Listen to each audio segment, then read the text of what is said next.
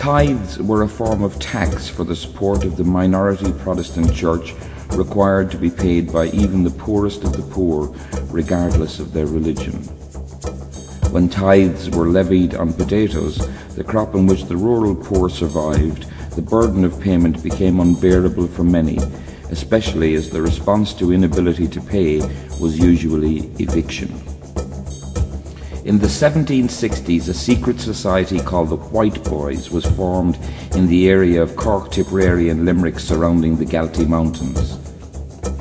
They began carrying out nocturnal protests against the tithes and other rural injustices, such as enclosure of common land and encroachment of livestock on the preparation of the land for crops, a fundamental farming operation in Ireland since prehistoric times. The Whiteboys, so called because they wore white shirts and masks or sheets over their clothes, were loosely based on the ancient Randboy tradition.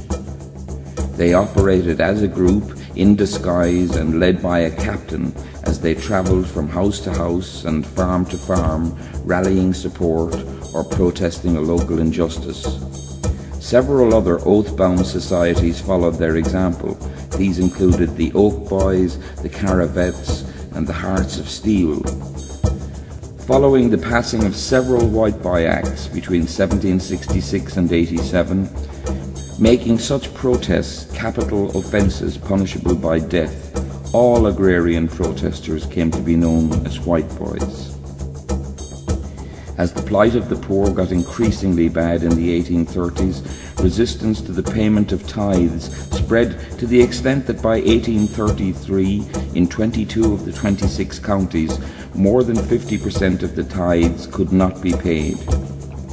Resistance to evictions resulted in several brutal battles in what became known as the Tithe War.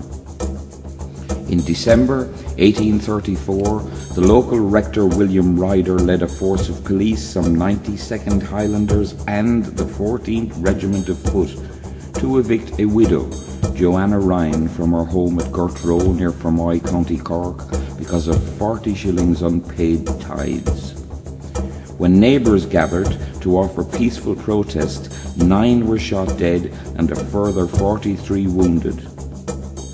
The verdict of willful murder at the inquiry in January of 1835 brought the Tithes War to an end. 'Twas a week to Christmas Day in 1834. The Reverend Ryder led the troops to an eviction in Gertrow. When friends and neighbours gathered round to plead the victims' rights, there were 9 shot dead that mournful day for the proctor's unpaid tithes.